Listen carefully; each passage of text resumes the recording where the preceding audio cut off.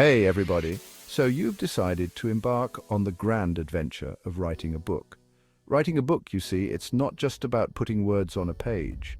It's about building worlds and crafting characters, about exploring ideas and sharing your unique perspective with the world. Over the next few minutes, we're going to break down the process into manageable steps. So grab your favorite beverage, find a comfy spot, and let's get started. Every book starts with an idea. Maybe it's a scene that pops into your head or a vague feeling you can't shake. Write it down. Don't let it go. Now, flesh it out. What interests about this idea? What do you want to explore? If it's fiction, who are your characters? If it's non-fiction, what's the core message? And hey, if your initial idea sparks more ideas, write those down too. Okay, so you've got your big idea. Awesome. Now let's talk about why you're writing this book. What do you hope to achieve? Do you want to make people laugh, cry, think?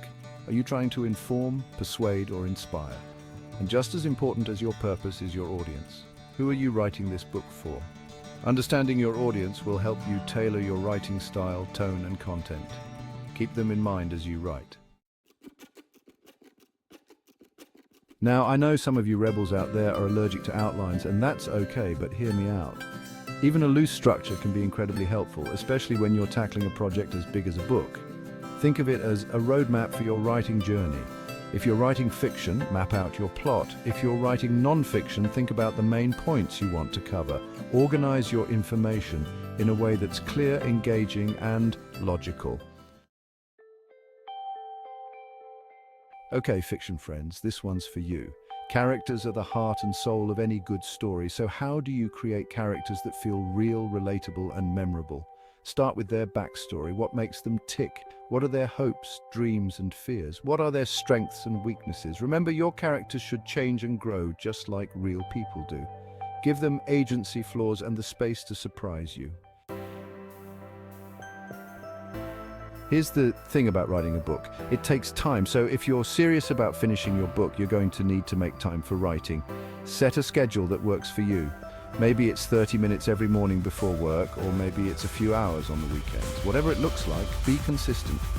Treat your writing time like an important appointment that you can't miss. And don't be afraid to experiment with different times and places to find what works best for you.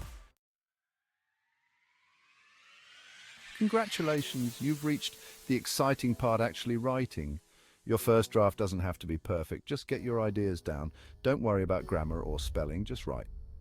If stuck, skip ahead and return later. You can always revise, but you can't edit a blank page. As you write, your manuscript is going to grow and grow and grow some more.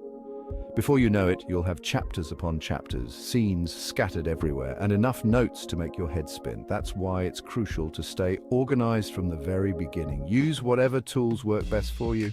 The important thing is to find a system that helps you keep track of your characters, plot points, research, and all those brilliant ideas that pop into your head at 3 a.m. Congratulations, you finished your first draft. That's a huge accomplishment. Now it's time for the hard part. Just kidding. Read through your work critically. Look for plot holes, inconsistencies, and pacing issues. Don't be afraid to make major changes. Remember, you're not married to your first draft. You know how sometimes you can stare at something for so long that you stop seeing it clearly? That's what it's like with your writing. That's where beta readers come in. Beta readers give you honest feedback. Ask them to point out confusing or boring areas. Be open to their feedback. They're helping you improve your book. Okay, so you've written, revised, edited, and polished your manuscript until it practically sparkles. Now what? It's time to share your story with the world.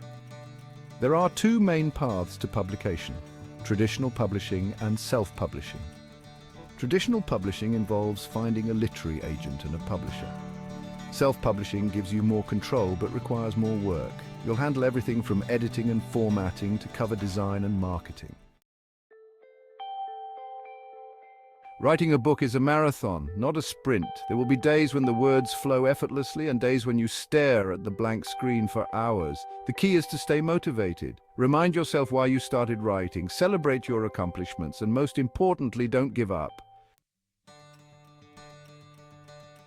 Take a moment to appreciate how far you've come. You started with an idea, and now you're holding a finished manuscript. That's amazing. Writing a book is a huge accomplishment, so celebrate your success. Treat yourself to something special, share the news with your loved ones, or do a little victory dance. You deserve it. The world is waiting to hear your story. Well, there you have it. Those are the basic steps to writing a book. Every writer's journey is different, so experiment and find what works for you. The most important thing is to just start writing. Don't be afraid to make mistakes and let your imagination run wild. The world needs your stories. Go forth and write. Thanks for watching.